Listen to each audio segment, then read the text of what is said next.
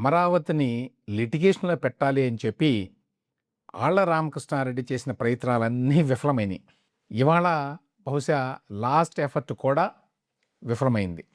అదేంటంటే ఆళ్ల రామకృష్ణారెడ్డి అమరావతికి సంబంధించి చంద్రబాబు నాయుడు, నారాయణ ఇద్దరూ కూడా అసైన్‌మెంట్ ల్యాండ్‌లో అక్రమాలకు పాల్పడ్డారు అని చెప్పి సుప్రీంకోర్టు వరకు వెళ్ళాడు. ఇవాళ సుప్రీంకోర్టు కేసుని కొట్టేసింది. ఏంటి ఇందులో విషయం అంటే 2015లో అమరావతిని ప్రకటించిన తర్వాత అసైన్‌మెంట్ ల్యాండ్స్ కూడా ల్యాండ్ పూలింగ్ కింద ఏవైతే బెనిఫిట్స్ ఇస్తున్నారో పట్టా ల్యాండ్ ఓనర్స్‌కి అవే బెనిఫిట్స్‌ని, అవే ప్రయోజనాల్ని అసైన్‌మెంట్ ల్యాండ్ ఓనర్లకు కూడా ఇవ్వాలి. కొంత తక్కువ ఉన్నది వాళ్ళకి. కానీ అంతకుముందు అసలు ఇవ్వరు అని చెప్పి అనుకున్నారు. అసైన్‌మెంట్ ల్యాండ్స్ ఉన్న వాళ్ళకి అసలు ఇవ్వరు, ప్రభుత్వం తీసేసుకుంటుంది ల్యాండు అనేటువంటి ఒక ప్రచారం జరిగింది. నిజానికి ప్రభుత్వానికి అధికారం ఉంటుంది వెనక్కి తీసుకోవడానికి. అసైన్‌మెంట్ ల్యాండ్స్ అంటే ఏమిటి? దళితులకు కావచ్చు, పేదవాళ్ళకి కావచ్చు, ప్రభుత్వం ఇచ్చేటువంటి భూములు. ప్రభుత్వమే ఇస్తుంది కాబట్టి ఎప్పుడైనా మళ్ళీ వెనక్కి తీసుకునేటువంటి అధికారం ఉంటుంది. తీసుకోరనుకోండి, బట్ ఇన్ ప్రిన్సిపల్ ఉంటుంది.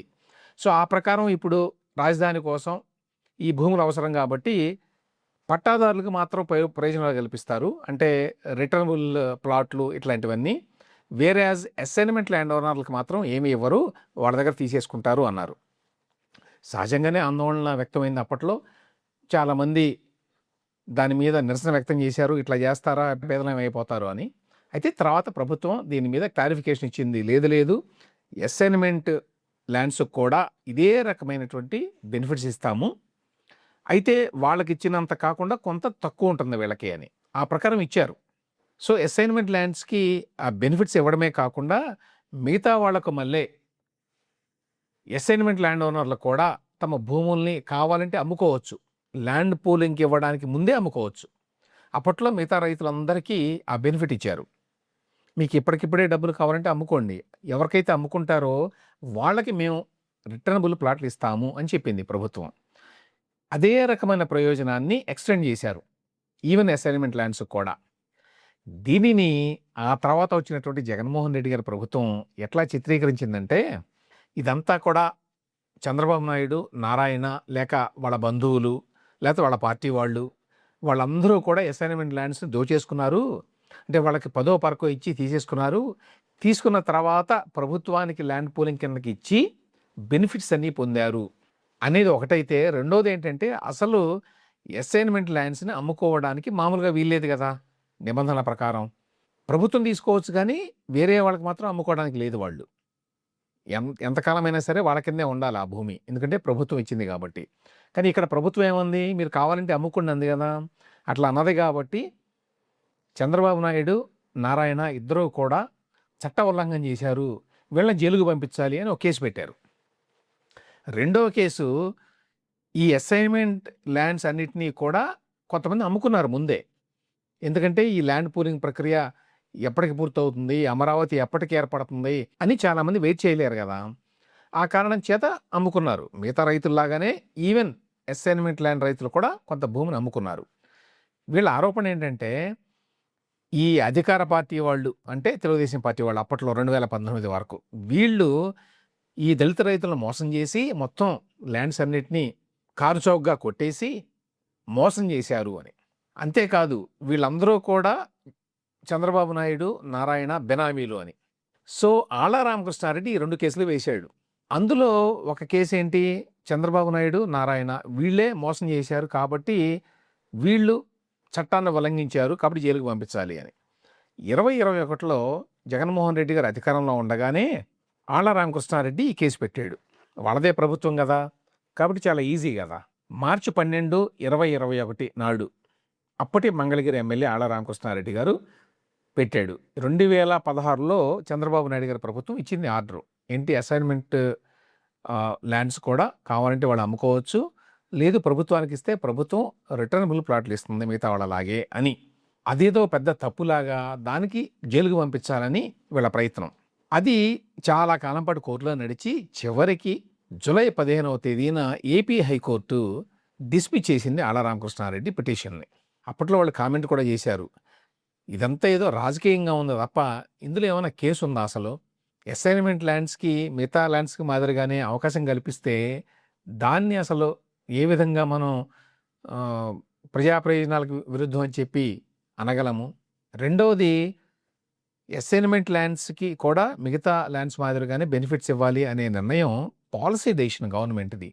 పాలిసీ డెసిషన్ మీద ఏదో చట్టాన్ని ఉల్లంఘించినట్టుగా ఎట్లా నేరం మోపగలరు అని చెప్పి హైకోర్టు ప్రశ్నించింది, కొట్టేసింది. దాని మీద మళ్ళీ సుప్రీంకోర్టుకి వెళ్ళాడు ఆళ్ల రామకృష్ణారెడ్డి. సుప్రీంకోర్టులో ఇవాళ వచ్చింది తీర్పు. సీజేఐ గారి ధర్మాసనం ముందుకొచ్చింది. వాళ్ళు కూడా ఇదే మాట అన్నారు. ఇదేదో పొలిటికల్ ప్రత్యర్థి వేసిన కేసులా ఉంది గానీ, ఇందులో ఏమీ సరుకు లేదు అని. అయితే గమ్మత్తేమిటంటే, అన్ని పత్రికల్లో స్క్రోలింగ్‌లు, వార్తలు వస్తాయి గదా! ఏమని ఆళ్ల రామకృష్ణారెడ్డి గారు వేసిన కేసుని సుప్రీంకోర్టు కొట్టేసింది. హైకోర్టు ఏదైతే తీర్పిచ్చిందో ఆ తీర్పుని సమర్థించింది అని ఇస్తే, సాక్షి వాళ్ళు మాత్రం వేరుగా రాసుకున్నారు. ఏమని రాసుకున్నారు? అమరావతి రైతులపై సుప్రీంకోర్టు సంచలన వ్యాఖ్యలు. అమరావతి రైతుల హక్కులను పరిరక్షిస్తాం. రైతులకు అన్యాయం జరిగితే ఊరుకోం. భూములు ఇచ్చి నష్టపోయిన రైతుల పక్షాన ఉంటాం. ల్యాండ్ పూలింగు చట్టాలపై అభ్యంతరాలుంటే రైతులు కోర్టులను ఆశ్రయించాలి.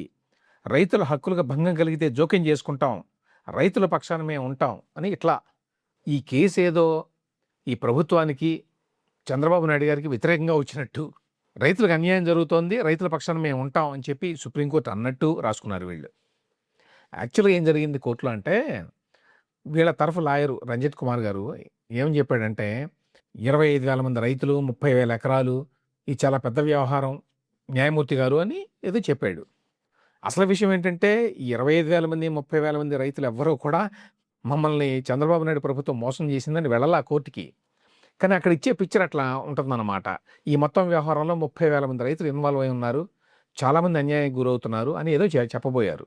చెప్తే అప్పుడు సీజేఐ ఏమన్నారంటే, రైతులకు ఎక్కడన్నా ఏదైనా అన్యాయం జరిగితే ఖచ్చితంగా మేము టేకప్ చేస్తాం దాన్ని. కానీ ఈ కేసుకి వాటికేమీ సంబంధం లేదు. ఈ కేసులో ఉన్న వ్యవహారం ఏంటి? ఈ అసైన్మెంట్ ల్యాండ్స్‌కి సంబంధించి చంద్రబాబు నాయుడు, నారాయణ వీళ్ళు తప్పు చేశారు అని. అది కాదు అనేది ఈ కేసు. మిగతా విషయాలు ఏమైనా ఉంటే అమరావతికి సంబంధించి ఆ కేసులు నడుస్తాయి. దానికి దీనికి సంబంధం లేదు అన్నారు వాళ్ళంతే.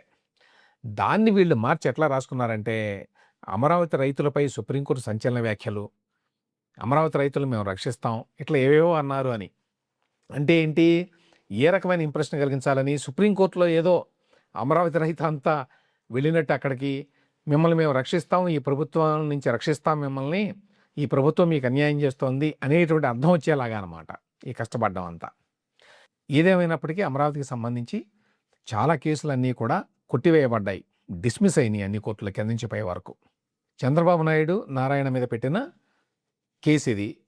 జగన్మోహన్ రెడ్డి గారి ప్రభుత్వం అది కూడా ఇప్పుడు కొట్టేశారు.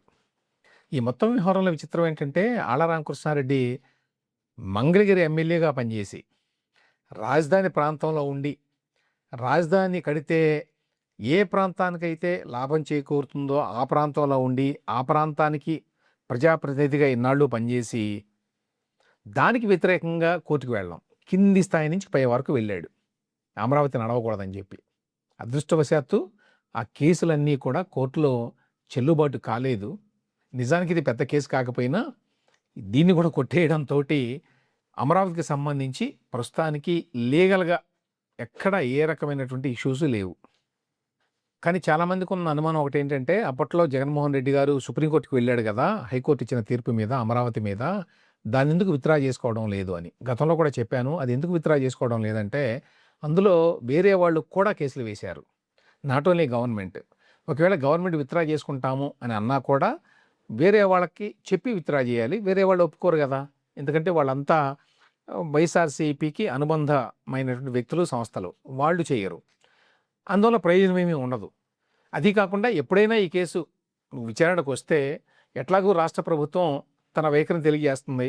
మా వైఖరి అమరావతి రాజధాని కాబట్టి ఈ కేసును కొనసాగించాల్సిన అవసరం లేదు అని చెప్తారు. వేరే వాళ్ళు కావాలంటే వాళ్ళ వాదనలు వినిపిస్తారు అమరావతి వద్దు అని. అప్పుడు సుప్రీంకోర్టుకి ఈజీగా ఉంటుంది తీర్పు ఇవ్వడం.